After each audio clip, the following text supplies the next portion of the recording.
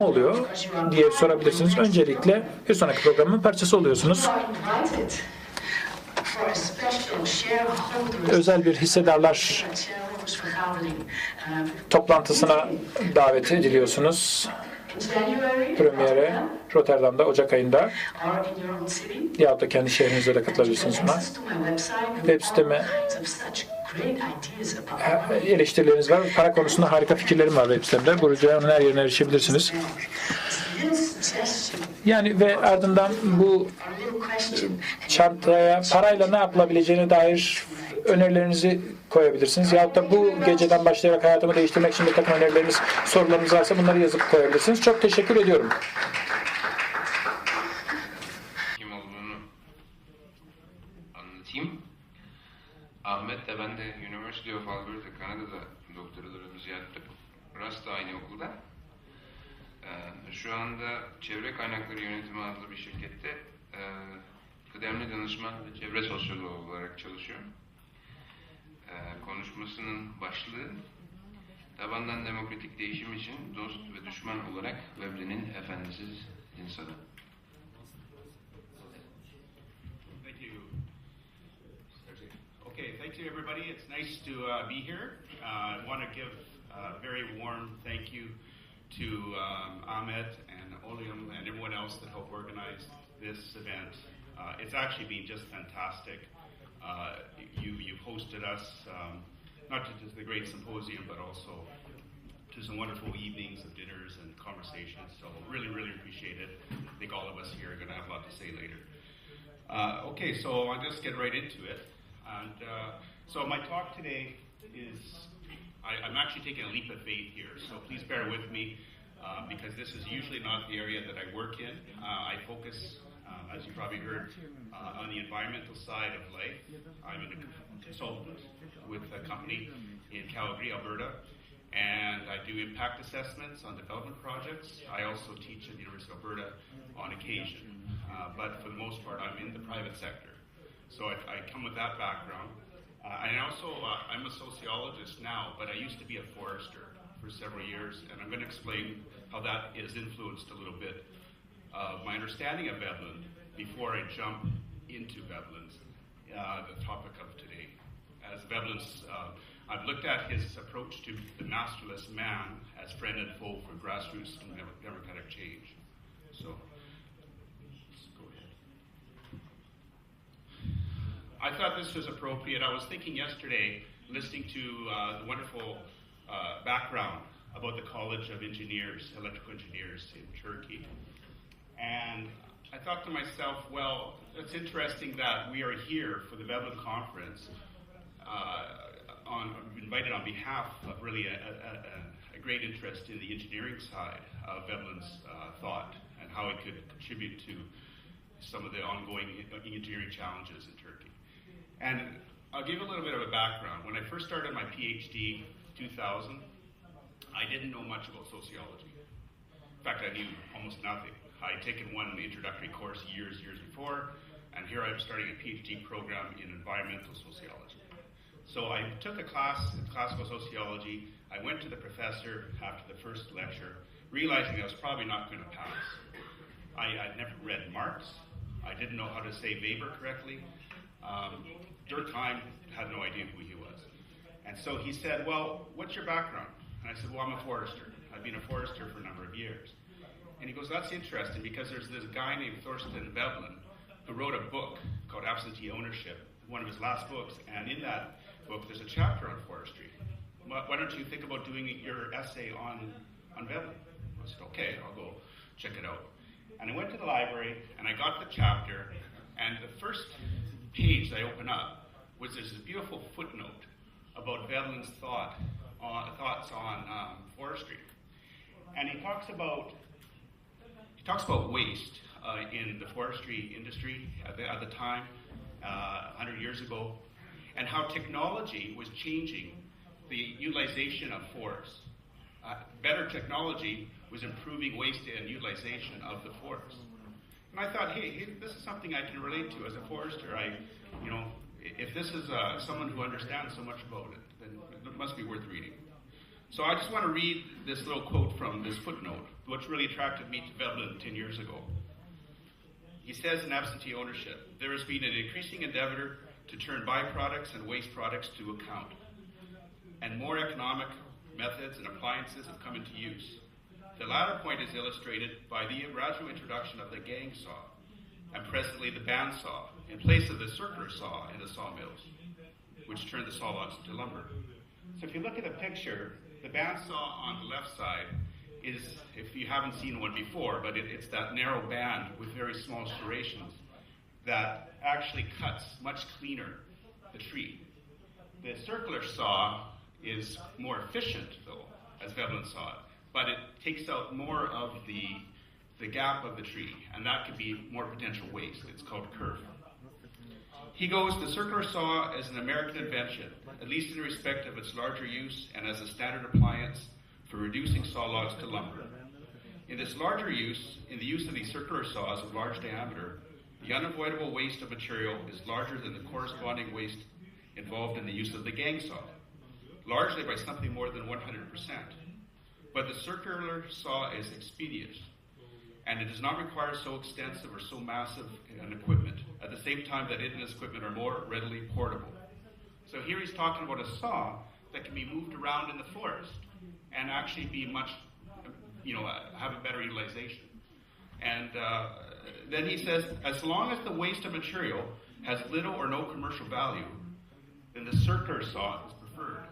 So even though there might be more waste on the kerf, the circular saw, and especially if they could put several of them together, could cut wood more quickly and more efficiently. So I won't read the rest of it, it's quite long, but it gives you an idea when you're reading Veblen that he understood something about forestry management and forestry engineering. He introduces concepts such as kerf, hydrating, and slashings. These are words that most English speakers do not know what they mean. So hydrating would be taking out the biggest trees in the forest and cutting those down. That's not good. And Veblen talks about how that's not good. And they've actually been taking out the best and leaving the worst behind in the forests of America. Okay. So I thought I'd just introduce that because it brings you hopefully a little bit of connection for me. If you're reading Veblen and thinking, oh, does this relate to what I do as an engineer or as a student or whatever you do in life in terms of work? And I think if you read Veblen enough, you'll find something that appeals to your particular interest. Okay, so here's what I'm going to talk about. I'm going to look at Veblen's thought first. I'm not going to spend a lot of time because we heard some excellent papers yesterday and we're going to hear a few more today, but I will pull out a few threads of thought that are applicable to this grassroots movement of democracy. Then I'm going to give you some empirical examples of the Occupy movement. Again, I'm not going to focus probably as much in detail as what you're going to hear in Errol's talk later this afternoon, because he's got some grassroots personal experience with the Occupy movement in New York. That's going to be quite of interest. But I want to give the general context of what the Occupy movement is all about. Focusing on the masterless man, and while I was preparing this paper just a few short hours ago or days, I came across a Canadian story that I think you'll appreciate of the masterless man. And I think Sydney gave a great talk yesterday, and much to his credit, didn't even mention, I don't believe, his own book that has just come out. I mean, this is should be a required reading on anybody who's interested in Veblen. He sent me a copy a few months ago, and of course I borrowed heavily from his thought and Rick's thought on the contributions of Veblen in terms of political thought. And this is an area that was largely overlooked, and in much of the research and writings that have been done on Veblen, there's been a few scattered papers out there, but nothing really coherent. So I highly suggest giving this book a read if you can. Talk to Sydney about how you can get a hold of one. Maybe we can give you one. Sorry, Sid. I hope you brought a few with you. So you might have a long lineup after this. But just wanted to mention that. Okay, so and pulling out some of the trends, and you'll find all of these, I believe, in Sydney and Rick's book. So, but conspicuous consumption. There's something about democracy in what we choose to buy and how we choose to use something. Emulation, and I think again, getting back to Sydney's comment on it, it's not just emulating someone's behavior, but also if people want something. The powers, the higher powers, the captains of industry, were quick to realize that by keeping people happy with media and entertainment and the like, that you're not going to need to force them to do something they don't really want to do. Make them work longer, but give them something to play with. Economic consciousness, vested interest in the common man, this new order of business that Veblen talks so much about in his later writings, but also in business enterprise, sabotage, and the conscientious withdrawal of efficiency, the massless man, the spirit of insubordination, and the parental bent. I could spend the whole lecture talking about just one of these, but we're going to focus mostly on the last two. Well, out of those last 3 points, the massless man and the environment. This kind of stuff is going to be met with force. You know, the state's not going to allow this kind of thing to go on too long. But in a healthy democracy, we should be able to allow people to voice their opinions and voice their even discontent with the way things are without resorting to violence. Veblen often used the quote, getting something for nothing. And so what do you do when you're not getting anything and you're doing a lot of work, but someone else is getting all the benefits and they're not doing anything? So sabotage, as we said, is one answer. Polanyi said that chaos and poverty caused by marketization lead to popular resistance. But Veblen was skeptical of that idea. He was skeptical of the effectiveness of insubordination as a change mechanism. As I said, I'm not going to spend a lot of time going into Veblen's thought. I've got a paper that I'd be more than happy to share, and I think it is going to be shared in the proceedings of this conference, the Sempozyumu. But I want to give you some empirical examples now of some of these threads that I've given you, and you've heard much more eloquently during the other papers. So the Occupy movement, as a social phenomenon, began last year in the U.S. context, as you'll hear in this afternoon in Errol's talk in New York. Basically, and I'll go explain in more detail about what the Occupy movement is about. I'm sure some of you are quite familiar with it, more likely more than I. But Wall Street was a figurehead for what a lot of people's concerns were. This is what democracy looks like to the 1%. So the 1% are the vested interests.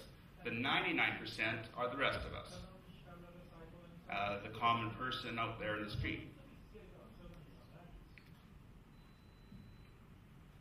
So what's it about?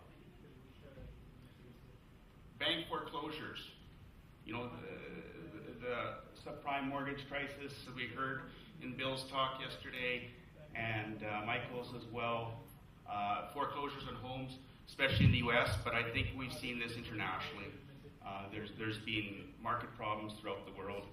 Unemployment had hit really hard in 2007, 2008, and hasn't recovered in many, many places still after 4 or 5 years.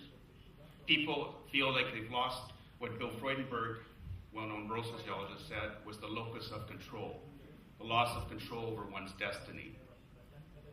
Social and economic inequality has increased, much more so than ever, and I've got some more slides about some of that. Above all, corporate greed, influence of corporate money, and the lobbyists on government is making people skeptical, cynical of U.S. and other governments around the world. That power is money and money is power. So I've downloaded these from the internet. This is not my own research. It's really just to depict. I'm not even sure if these are accurate, but when you see these cited in a few papers or internet articles, you get the idea. Basically, the figure shows that income has changed over the last, say, 90 years. And if you look starting in the 1920s on the left, all the way up to the late 2000s, the bottom 90% in the dark blue, the top 1% in the light. It started to change. After World War II, post-war productions kicks in, and the middle class starts growing and growing to the extent that the bars actually shift. But then it starts going the other way again. So by the time we get to the late 2000s, we're almost back to square one, 1920s. Top 1% has most of the wealth. Here's another one that you probably see on the internet a fair bit. Again, I'm not sure about the accuracy of this. This is done through a World Bank group. The world's richest 1%, basically with the countries on the bottom legend. United States in the dark blue. Obviously got quite a few rich folk. Germany's up there, France, Canada, Japan, Brazil. Just basically give you an idea, these are the kind, when people start intuitively feeling that this is happening, and then when they get told by documentaries, by newspaper articles, they start, twittering each other, and before you know it, people are up in arms about this. We can't allow this to happen. What happened to more of an equal just society? So here on the cartoon on the left, foreclosures, bank foreclosures. Guy says from the bank, "Jeez, why don't you folks go home? Occupy Wall Street protesters." Well, they don't have a home. How can they go home? That's the cartoon. So what about this Occupy movement? And the May 1st general strike, which is another way that just recently happened as a way to get globally people re-engaged in the Occupy movement. So the fires don't die out. So these occupiers come into areas, public areas, or perhaps a private area, as you hear in Errol's talk, and they turn these areas into outdoor homeless shelters. They might just have a sleeping bag, a couple blankets, or a tent, or something like that. Global strike on May 1st, 2012. What was that all about? Don't work, don't shop, don't buy, don't go to school, don't work, to stay home. I don't know why that's doing that. Okay, so, well, anyway, this is saying that the 99% versus the 1%, the 1% have to realize that without the 99%, they are nothing. They need us more than we need them. That was a quote from one of the occupiers.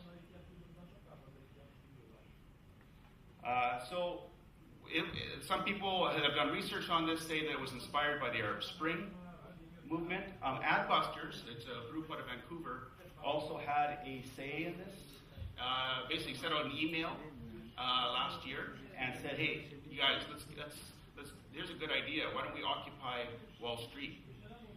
And it was started off as a peaceful protest, and it quickly caught on like rapid fire. Facebook, Twitter, everything. And Occupy movements started happening all around the world. Generally speaking, there were no leaders. Is there any reason why this is like this?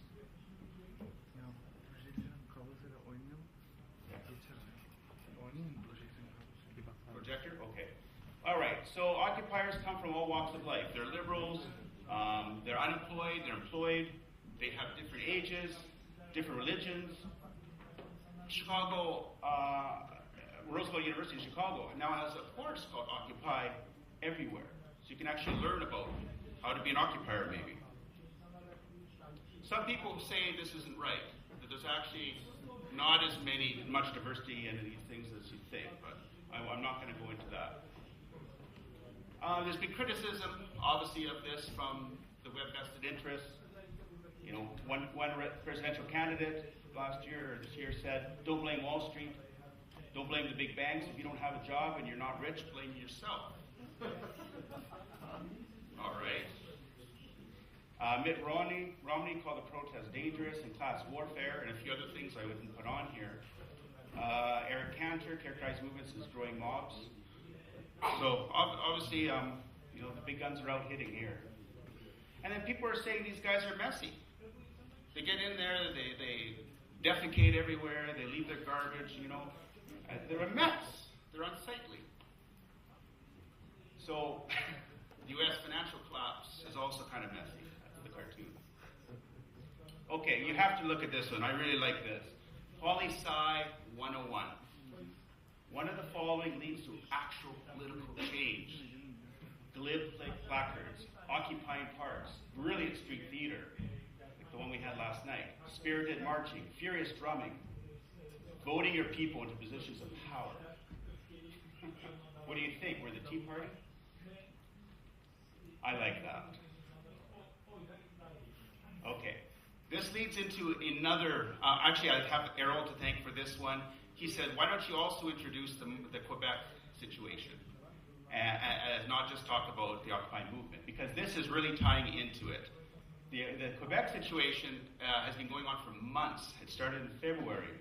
And as you can see, it's involving thousands and thousands of people, not just in Montreal, but throughout Quebec City. The focus has obviously changed to this in Canada. Not too many people are talking about the Occupy movement anymore. They're talking about this. 1/3 of Quebec's post-secondary students walked out of their classes. 1/3. The strike, actually, I don't quite get this. It's a $1,778 tuition hike to be phased in over 7 years. That's like a 75% increase. That seems kind of reasonable to me, but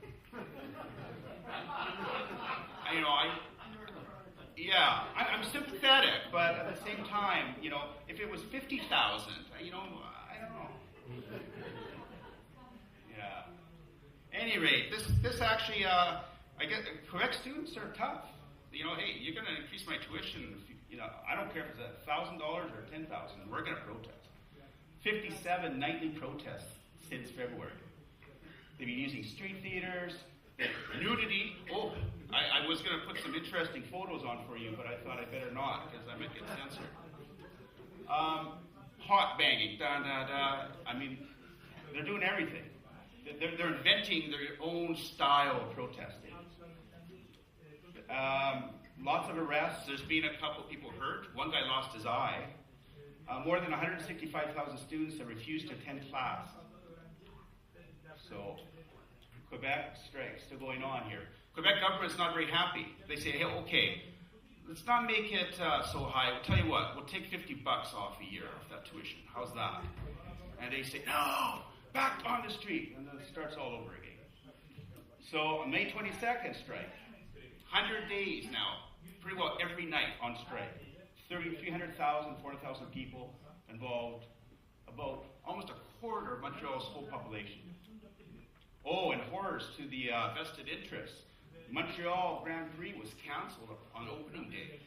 So all the rich came with their Porsches and BMWs, and they can't go partying on opening day because there's all these students blocking the fancy cafes. Terrible. Okay, strike is to resume August 17th. Enough said on that, but I just wanted to transition the Occupy movement, student movement, and now the masterless man. The masterless man. This is a Canadian tale. And I have to read you this. In 1750, an Irish deserter named Peter Caravan, some oppressed soldiers, sailors, and fishers decided to turn their back on their exploitative working conditions and the backbreaking labor they were expected to perform for the rich employers, and for which they received little compensation or justice. They left their jobs and wandered off into the area of Butter Pot on the Avalon Peninsula.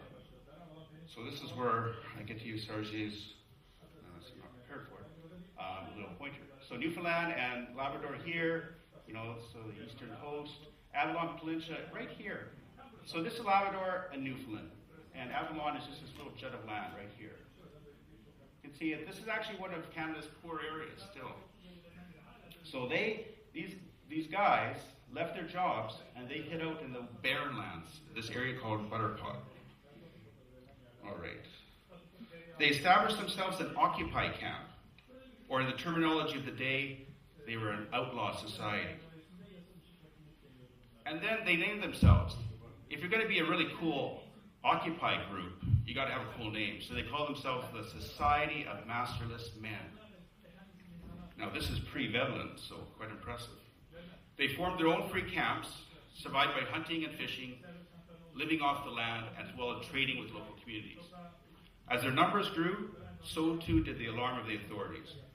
Local merchants and business people complained that the masterless men were ignoring government authority, and they were organizing riotous and unlawful assembly of people. Boy, this sounds like Occupy Wall Street. The authorities investigated and decided the best solution was to build more prisons and send in the Royal Navy to chase them out and arrest them. By this time, though, the band had grown quite large, and they knew the land well. 3 separate military expeditions failed to capture them.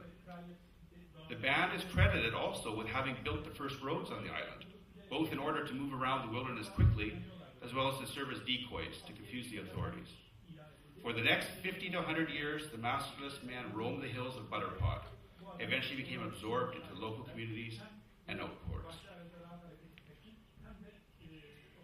Now, I couldn't find an actual picture of masterless men, but Clint here will do as maybe their de facto leader.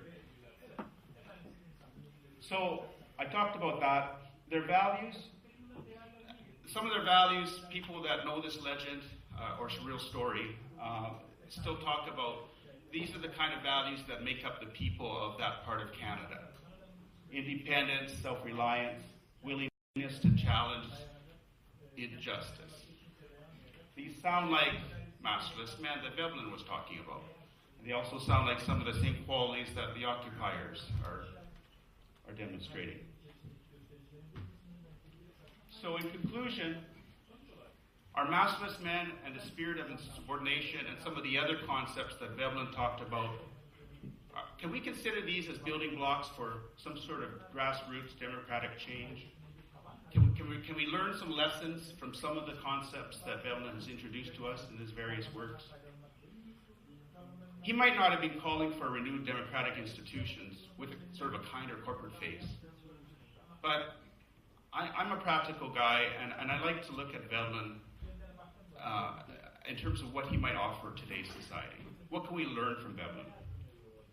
Now, I think Bill pointed out yesterday that Veblen rules out purposeful change in the short term. And I agree with that. But perhaps his thoughts as applied to the Occupy movement can offer us a choice. We have a choice of barbarianism, of predatory behavior, of continued vested interests controlling our destinies. Or we can choose a radically better and democratic society. So, as we heard in Bill's talk and other people's talks, and probably I think Anita's going to mention some of this in her talk, there is some pessimism about what Veblen was saying. But I don't like to look at what Veblen is saying as all pessimistic. I think what he was saying is, let's be careful. Let's not repeat the same mistakes. Here's what some of the conditions are that we have to be aware of. And here's some things you might want to take from that. That's all. Thank you very much.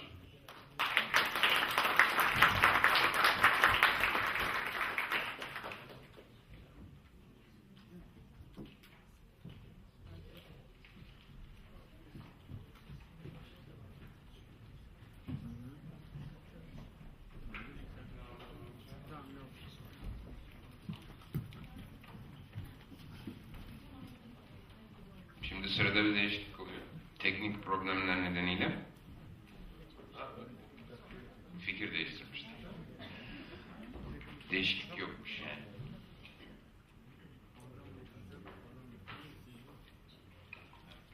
Is this okay for sound? So just while they're putting this up, I guess I'd like to say that I'm currently in Britain, and I kind of wish I was in Canada actually, because then I could have been closer to my Quebec comrades, because there's not too much happening in Britain just yet. So I've kind of, seems like I'm hopping from empire to empire today, so I'm here to kind of critique what I'm learning and seeing on the British streets, and also to discuss with you the very basic things that I've lived practically in my life. And from the point of view of the town and country social entrepreneur, sosyal girişimci. Before I begin, I would like to thank very much the organizers of this event, Orhan Örücü, Cengiz Göltaş, Ahmet Öncü, Sidney Plotkin, Oylum, our other colleagues here, Timov and Yıldız Teknik University, for allowing me to be back in this beautiful land. Okay, it's all right, we can keep going. So today I'm going to discuss Veblen on British absentee landlords. I think you know about the British absentee landlords. You know the absentee landlord term by now. So I'm just going to give you a short quote about what Veblen thought of the British gentleman. And I quote, "Grown wise in all the ways and means of blamelessly defeating the unblessed majority, the gentlemanly government of the British have learned that bellicose gestures provoke ill will, and the desperate remedies should be held in reserve until needed." So just keep that in mind. So today I'm here to present a case study of a company called Waitrose. Waitrose is more or less like your Migros, but it's a little more upscale. There are many, obviously Migros type of supermarkets in England, and this is one of 5 or 6.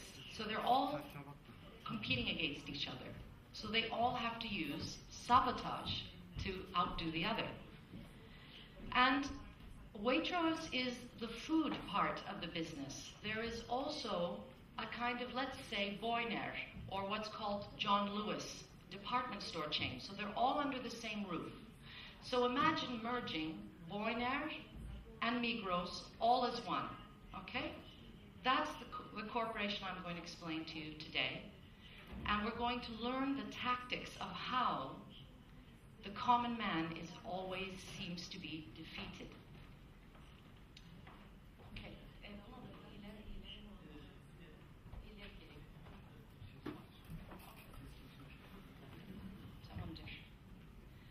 Okay, so it looks like I haven't been completely sabotaged by technology just yet, but that's probably on the way.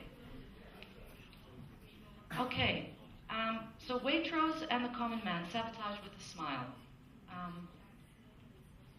There's a photograph of the Waitrose supermarket, and that's the quote that I just gave you, so we've saved some time there. Now, very briefly, because I don't want to take time on these absentee landlords, they're kind of boring, but John Lewis was one of these self-made men, yeah? He's an absentee landlord. Of course, he has this story that he was one of 8 children, he was an orphan on the streets of London, and that he eventually opened up a shop in 1864 on Oxford Street, selling draperies, paradijalik, to the new bourgeoisie from the money that the empire collected in those days. He was really a horrible employer. If his employees used to be caught with money in their pocket on the shop floor, they might have been fired instantly because he thought they were stealing from him. Or he also used to crowd his employees into substandard hotels next door to his shops and cram them in there, charge them high rents, yeah, and do sort of a similar thing like what the Chinese are blamed for today, stuffing people into factory dorms. So it's like the pot calling the kettle black, yeah? It's a strange English expression. So this is his son, John Spidan Lewis, who followed in his father's footsteps as an absentee landlord. He was one of 2 children, and apparently he was a nicer man than his father. But also we have to look at the time he was living in. For example, in Britain in 1930, with over 25% unemployment, things were a little tense around there. And so he found a new way of capturing the hearts and minds of people, the sabotage to defeat the common man. He said, "Come with me, I'm going to make you an entrepreneur. You're going to be a partner in my business." So in 1937, he acquired these Waitrose chains from another man. They sabotaged the business. In 1963, he dies, and he left the company to employ his employees in the end. Now here I'd like you to meet Mr. Brown. He doesn't want to be shown in this presentation. He wants to remain anonymous. So let's call him Mr. Brown, and he is a Fresh Foods partner. Pretty fancy name, But all he does is put food on the store shelves. He's 21 years old. He's from North England, former working class. He believes that trade unions are democratic. He's a member of one himself, although he doesn't tell the company Waitrose that he's a union member. He also thinks he's a radical socialist, by the way. And he says that working at Waitrose is the lesser of all evils. By the way, when you work at Waitrose, you're never approached with your own first name. You're always a Mr. or Mrs. And he kind of likes that, actually, to be called Mr. So let's see what it involves, working at Waitrose. Well, you're an employee in the business, but you're not just that. You're an owner and an entrepreneur. You have a newspaper that is internally circulated, which allows you to criticize as freely as you want anything about the company. They take 25% of their employees from the unemployed, long-term unemployed people, so that sounds nice. They get 25% discount at all John Lewis and Waitrose shops. But here's the key. They get between anywhere from 12 to 18% bonus each year of the profits. And that's a ratio of 75 to 1. So obviously the shop floor person or the CEO, there's going to be a vast difference in their bonus. But it's a 75 to 1 ratio as opposed to 150 to 1, which is most of the FTSE companies. But apparently, because today the topic is in Britain, no big CEO bonuses, so this makes it look like it's a little fairer. Of course, they give honest food, honest price, high quality farms, free range eggs and meat, and the African farmers are encouraged to form cooperatives to support, and they also, and last but not least, support British farmers. But all of this comes with a price, just a little extra. Are you prepared to pay? So let's see. Sounds good so far, huh? Do you think you'd like to maybe become a partner? I brought you a few things to try.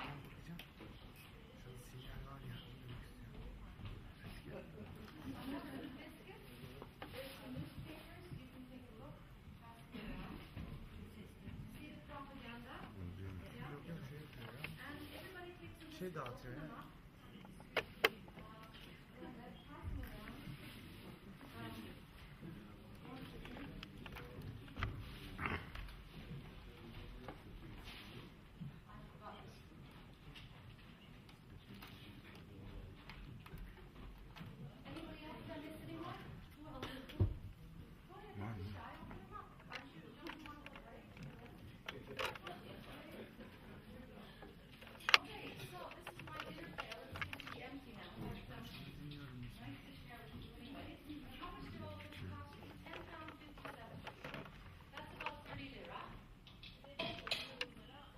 Are you working for Waitrose yourself? No, I'm sabotaging Waitrose right now. Aziz, be patient. Okay, no, I'm not here to do propaganda. I have now been converted by the high priests of education to be an I'm doing educational work about enlightening ourselves. So, what goes into the price then? Have you opened up your biscuits, please? Let's look. Okay. This is all an illusion, by the way. Thank you, Aziz. This is all an illusion because a fellow called Gideon Kunda in 1992 wrote in Engineering Culture that ritual gatherings where the organizational ideology, just what I'm doing right now, is enacted, causes members to internalize the culture and infuses them.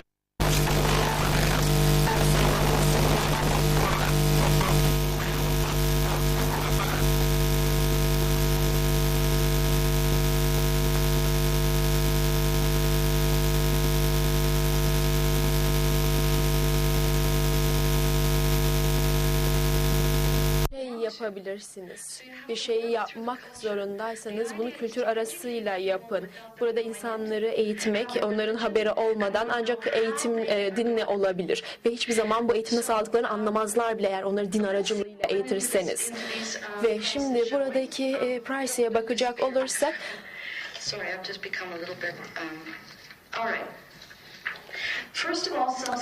Evet, öncelikle burada standart altı olan maaşlardan bahsedelim.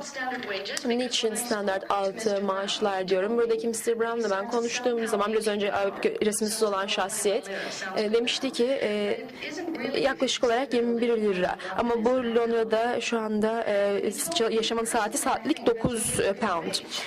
O yüzden de böyle bakacak olursak maaş fena gibi görünmüyor. Peki ben burada her şey iyi gibi görünürken bu şirketle ilgili niçin hala üzerine çalışmaya çalışıyorum? Çünkü bazı yerler var, illegal olan bazı çalışanlar saatlik 2 pound yapıyorlarmış. Bunu öğrendim. Ve yine bu arada %18 oranında da kardan alınan bir kar da var. Bunu anlatacağım şimdi biraz sonra. Ve bir video izleyeceğiz. Evet, teknolojiyle de ilgili bir aksilik çıktı. Para kazanan şey olan. Bu. Tamam. Tamamdır. It's a highlight of every John Lewis Partnership employees year, the announcement of their annual bonus. And this year they weren't disappointed. Tekrar başlatabilir miyiz? Tekrar başlatalım. Ses gelmiyor kulağıma. Tekrar başlayalım. Özür dilerim. Enişte zaman diyoruz şimdi. Bir şey olmaz. 10 saniye. Evet, şu anda John Lewis ortaklığı ve şirket çalışanlarını görüyorsunuz. Yıllık karın açıklanmasını bekliyorlar ve herhalde hayal kırıklığına uğramayacaklar. Ve %18'lik oranında kar almışlar ve şirket çalışanlar çok seviniyorlar şu anda reklamda.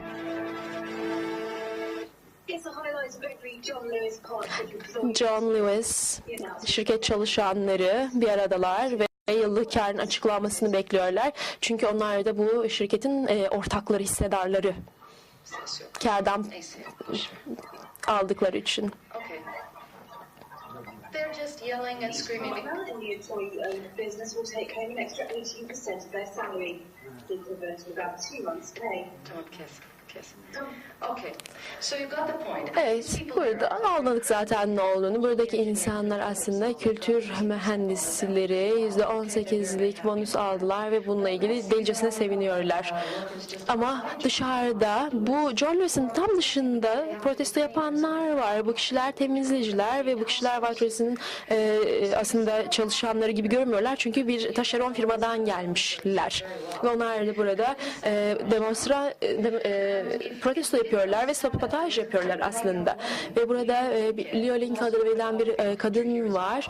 Aslında ülke kahramanı olarak adlandırılıyor. Ve kendisi demiş ki, ben onu aradım bu arada. Niçin bu insanlar ellerini sallayarak bağırıyorlar? Bizler sosyalistiz. Bizim savaşmamız lazım. Ben buradaki bütün sınıflara mensup insanlara sesleniyorum. Kendisi bu arada Almandı ama İngiltere ile ilgili yaptığı gözlem bu şekildeydi. Ve artık bu kadının söylediklerinin yıllar sonra bakacak olursak belki bu söylenenlerin değiştiğini düşünebiliriz ama görüyoruz ki değişmemiş. Ve dün de yine Sydney'de subordinasyondan bahsetmiştik ve insanoğlunun aslında kendini bir şekilde sabotaj etmek istediğinden bahsetmiştik ve insanların aslında güce taptığından ve hizmetkarlık yaptığından bahsetmiştik. Ve yine bu Mr. Brown denilen şahsiyet bana dedi ki bu Waitros'un ortaklıkla ilgili çalıştığı sistemle ilgili herkes, bütün çalışanlar ortak gibi görünüyor. Ve yine Waitros'un içerisinde herkes bir yandan bir işçi ortak gibi olmasına rağmen işçi statüsünde çalışıyor. Peki yine bu projenin içerisinde başka ne var? Bazı insanlar buna milliyetçilik diyebilir ya da kompanilizmo denebilir buna. Bir İtalyanca kelime bu. Orta çağdaki Avrupalarda Floransa'da büyük hatırlarsanız kuleler vardı. Bununla da aslında alakalı bir terim. İnsanların birbiriyle rekabet yapmasıyla alakalı farklı bölgelerden gelen insanlar. Peki biz bugün ne anlıyoruz bu kelimeye baktığımız zaman? Well, for example, if people Örneğin insanlar best cream comes en from iyi kreminin Danimarka'dan geldiğini söyleyebilir ya da işte Malatya'nın en iyi karşılığına sahip olduğunu düşünebilir ve işte bu trendi aslında bir şekilde devam ettirmeye çalışıyoruz ama bugün baktığımız zaman işte zeytinyağı, domates, peynirle ilgili ünlü olan ülkelere baktığımız zaman mesela niye Türkiye'nin acaba ürünleri burada ünlü değil? Belki henüz ünlü değil ama yine genel olarak sokaktaki vatandaşlarla bunu baktığımız zaman burada bir yiyecek kıyaslaması olduğunu söyleyebiliriz İngiltere bağlamında. Ve yine burada bu endüstrinin kaptanlarına da baktığımız zaman kendi çiftçilerini aslında bir sabotaj malzemesi olarak yine kullandıklarını görüyoruz. Çok affedersiniz. So watch this nationalism in action. Şimdi milliyetçiliği izleyeceğiz. Şu anda yaşadığımız durumları düşünelim ve yine bu 3 tane yaşanan düğünü de düşünelim. Kraliyet ailesini hatırlarsanız torunu evlenmişti, Prens Charles'ın oğlu evlenmişti. Bunları falan da düşünerek izleyelim şu anda bu videoyu. Just Bir televizyon reklamı bu. dangerous if it'll work. Yeah. Keşke bir de görebilseydik. Ya çok özür dilerim. Son derece üzgünüm. Yani Evet. böyle bir şey tabii ki. Ses de lazım.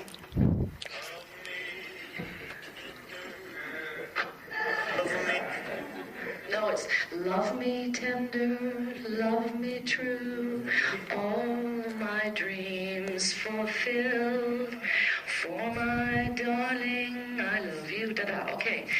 So, the slogan is in good Burada bir slogan var. Diyor ki iyi zamanda, kötü zamanda bizler her zaman sizinleyiz. British. Bütün zamanların en güçlü damızlıkları İngiliz çiftçiler diye bitiyor slogan. Let's move to the ground, right? And let's just see because Evet, bunu gördük. Bu reklamı gördük. betcha. Ve tekrar maaşlara ve meyvelere geri dönelim. Burada acaba ziraat mühendisi varsa elini kaldırabilir mi lütfen? Tamam. Yokmuş. O zaman buraya bir bakalım. Here and you Benim buradaki arkadaşlarım zaten bunu biliyorlar ama So these grapes are from bu üzümler Morocco'dan, Fas'tan geliyor. Ülkeye bakalım ve yine tedarikçi numaralarına bakalım. Kabak, Ve kabak Guinea, Spain.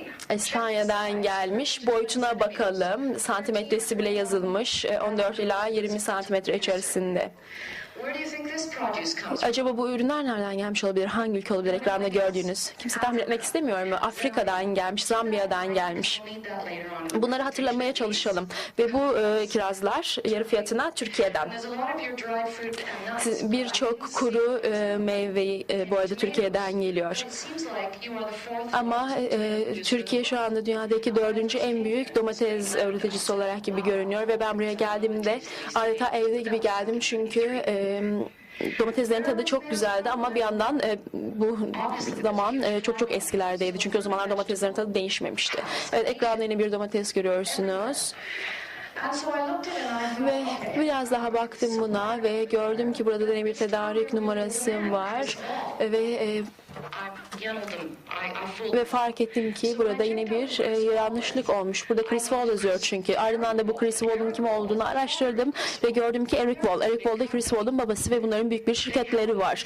Ve bunların yaklaşık olarak Greenhouse tomatoes. domates ürettikleri bir seraları var İngiltere'de. Çok büyük bir sera, domates serası. Ve yine İngiliz hükümeti de bunları destekliyor ve her zaman işte bu sektörün aslında kaptanlarıdır ve İngiliz hükümeti de her zaman kaptanları destekler bu İngiliz beyefendilerini ve yine işte bu insanlar bu domatesleri yiyorlar ve ne kadar çok İngiliz domateslerini de sevdiklerini biliyorlar. These are olives. Neyse ekranda neyi görüyoruz? Zeytinleri görüyoruz. Öndeki görsele bakın. Bir kişi belki İtalya'dan ya da Yunanistan'dan gibi görünüyor. Buradaki paketi alıyoruz ve bakıyoruz arkasında minik çirkince bir şey yazıyor. Ne diyor? Açlığa karşı eylem. Buradaki aslında 12 lira ödememize rağmen bu zeytinlere 3 tane kuruşun buradaki açlara gittiğini görüyoruz. Ve Yunanistan'da ve şu an Yunanistan'da buradaki rankin içerisinde Afrikalıların dizgesinin içerisinde yani buradaki 3 kuruş yardım olarak Afrika'ya gittiği gibi Yunanistan'a da gidiyor. Ve Who's got the biscuit package? bu arada bisküvit paketi nerede? Who's got the douchey one? Dushi olması lazım ismi. Yes, that's a famous brand. Evet, bu ünlü bir aslında markadır. Prince Charles zamanından ve organik yiyeceklerle ünlü bir firmadır bu. Ve siz şanslı kişisiniz herhalde. O paket sizde şu anda. Evet, bunun içerisinde bir kraliyet yine ataması olduğu için ve yine kraliyet garantisi olduğu için siz bunları yediğiniz zaman aynı zamanda birazcık da kraliyeti çiğnemiş ve yemiş gibi oluyorsunuz. Aslında zaten kraliyet de yenmek içindir.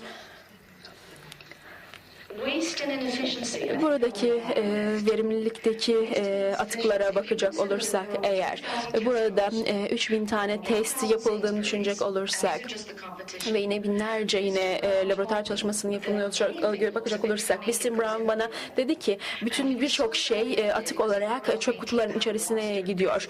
Mesela işte büyük ıstakozun çok büyük bir kısmı yine çöp kutusuna gidiyor çünkü gün olarak geçti. Ve yine bu Veblen'in arkasında büyük çöpler var. Kamyon çöpleri var ve bu kamyonların içerisine gidiyor bu çöpler ve kimse çalamıyor onları ve adam direkt olarak araziye gidiyor ve ardından da oradaki fareler yiyor bunları. Ama İngiltere'deki aç insanlar yemiyor bu atılan aslında tam olarak çürümemiş yiyecekleri ya da bozulmamış yiyecekleri. Okay. Now let's come to a Ve şimdi birazcık da tekrar tedarik zinciri kısmına gidelim. Sunumumuzun mümkün olduğunca hızlı konuşmaya çalışacağım. Buradaki kaynaklarımın çoğu Zülküf Aydın'dan geldi. Kendisi mükemmel bir profesördür. Aldığım bilgilerin birçok kısmı yine onda da var. Ondan da alabilirsiniz arzu ederseniz. Evet, şimdi birazcık daha kültür mühendisliği yaparak Türkiye'ye odaklanırım. Türkiye This is the idea. We don't have the technology, we don't have the organization. bizim organizasyonumuz yok, teknolojiyi bilmiyoruz. Türkiye ile ilgili olarak böyle bir düşünceleri var. Ve yine buradaki yüksek fiyatlara bakacak olursak, buradaki deorganizasyondan da geliyor. Ajantın içerisinde sosyal, politik ve yine ekonomik de bir stabilite olduğunu düşünüyoruz. Şu anda hükümeti suçlamayın. Bunun bir kısmı olabilir ama bu aslında uzun süreçli bir durum. Ve yine Aydın terbiz ediyor ki buradaki Türkiye'deki ziraat polisilerini harmonize edebilmek için ve yine Avrupa'daki ziraat politikalarına bakılmak için yaklaşık olarak 77 tane bir ekstra protokolün olması lazım yapılan önceki anlaşmalara ve yine Cargill'e de bakacak olursak ve yine başka şirketler de olabilir. Bunların da kendilerine göre burjuvazileri var. Kendi ülke kurallarına göre. Örneğin uzun dönemli kontratlar yapıyorlar. Mesela Marmara Denizi'nde ve yine İstanbul yakınlarında doğuda değil ama her zaman Marmara tarafında yapıyorlar bunları. Çünkü her zaman Avrupa'ya ürünler orada transport bağlamında, ulaşım bağlamında daha kolay gittiği için hiçbir zaman ama Anadolu'nun doğu tarafında yapmıyorlar bu ihracat işini. Ve yine Aydın bize diyor ki burada tam olarak açıklığa konuşmayan, bilinmeyen birçok şey var havada kalan. Eğer ki mesela tohumlarınız sertifikalı olmazsa burada yüzlerce Türk lirası ceza ödeyeceksiniz. Eğer ki bir tohum üretecekseniz ve yine bunlara kurallara uymazsanız ödeyeceğiniz cezalar var. Yine bentler de var bununla alakalı ve çok hızlı bir biçimde bir kıyaslama yapmak istiyorum. Biz burada girişimcilere bakacak olursak Kanada'daki ya da Türkiye'dekilere bakalım ya da diğer ülkelerdekilerine bakalım. Biz anlıyoruz ki bu kişiler aslında işe gelmeyen iş sahipleri yani Epson'liler. Ben özellikle yine Kanada'dakilerden bahsetmek istiyorum. Kanada'daki çiftçiler 20. yüzyılın başlarında oldukça fakirdiler. Doğu Avrupa'dakiler gibi ve onların çok minik arazileri vardı. Belki böyle yolların üzerindeki çok ufak yerleri vardı. Bir arazi bile sayılmayacak. Ama çok yoğun çalıştılar. Emek güçlerini ortaya koydular. Ve bu insanlar gerçekten çok açgözlüydüler ve yine arazileri elde etmeye çalıştıkları için. Bu arada ben bunları çok iyi biliyorum. Çünkü benim babam da çiftçiydi. Ondan biliyorum. 1997'lere 70'lere geldiği zaman ufak arazileri olan, dönümleri olan insanlar bunları arttırdılar. Dönüm sayılarını arttırdılar. Peki ne oldu sonra? Bu çiftliklerin hepsi yok oldu. Ve şu anda latifundia denilen bir şey var. Bu da tam Kanada'nın kalbinde, ortasında bunlar kurumsal çiftlikler. Yaklaşık olarak 50 tane bölümleri var. Çok büyükler. Gerçekten abartılı büyükler. Ve yine bunun içerisindeki çalışanlar da okyanus ötesinden gelen insanlar. Yani bir komik bir çift çiftçilik programı var ve bu insanlar okyanus ötesi ülkelerden geliyorlar ve çiftçi olarak, işçi olarak Kanada çiftliklerinde çalışıyorlar. Bizim bu bağlamda da bazı kurallarımız da var ancak maalesef ki zamanda geçtikçe durum bu hale gelmiş ve Latafunya verilen bu yeni çiftlikte sistem şu anda bu şekilde ilerliyor. Peki bugün nasıl göründüğüne bakalım. Dikkatli bir biçimde bakalım. Ekranda bir tane fotoğraf var ve burada bazı sosyal girişimciler yani bir iş adamları var. Bir traktör var. Burada hediyeler veriyorlar. Burada fon da var yine büyük bir şirket ve ilk traktörlerini kazanmışlar. Ve her biri de yine takım elbise giymiş. Aslında şu anda nasıl göründüğüne durumun bakabiliriz. Şu anda aslında bir tür ekümülasyon var ve spekülatif de nakit akımı var. Ve yine buradaki insanlar çiftliklerine gitmişler ve aslında farklı bir stile ulaşmışlar yaşam eserlerinin. Artık bu babalarının çiftliklerine benzemiyor. Yeni kuralları var. Takım elbise giyiyorlar. Bir şekilde finansal yardım alıyorlar bir yerlerden. Ve sahipli oldukları her yer ister tohum olsun, ister ağaç olsun, ister hayvan olsun bunların her biri kaydediliyor. Ve yine Fedros'tan birisi gelse diyecekler ki gelin buraya direkt olarak gelin ve onlar diyecekler ki evet çok iyi bir fikir olabilir ancak bütün fiyat sistemi desteğini kaldırdılar.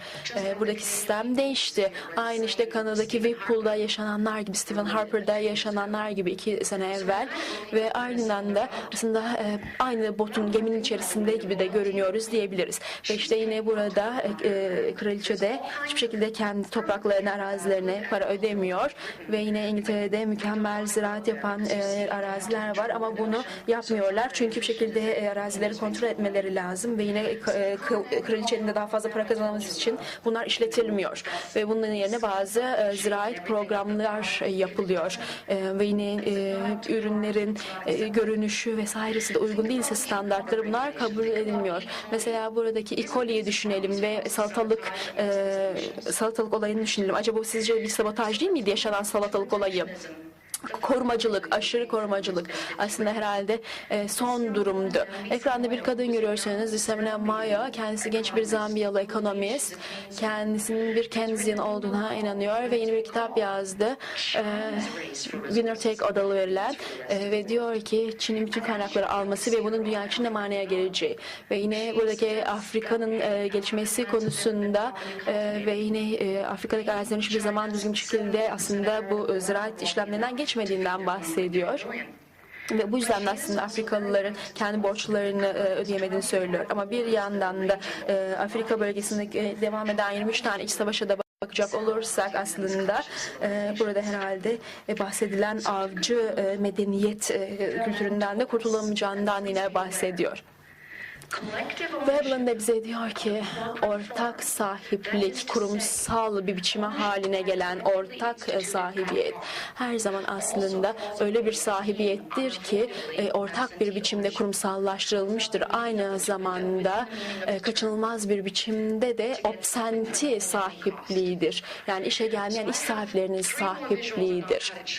Birkaç tane daha size görsel göstereceğim ve ardından da bitireceğim. Ben kendim de zaten kültür mühendisi olduğum için biraz açgözlü gibi her şeyi anlatmaya çalışıyorum. Buradaki semiotiklere bakalım lütfen görsele. Ünlü bir şarkıcı. Metaformoz. Arkada güzel araziler görünüyor, büyük tarlalar görünüyor. Ama arkada bazı fırtına yine bulutları da var. Herhalde buradaki görsel çok şey anlatıyor. Aynı zamanda bu parlak takım elbise de çok şey anlatıyor. Bir diğer fotoğrafımızda yine çok parlak bir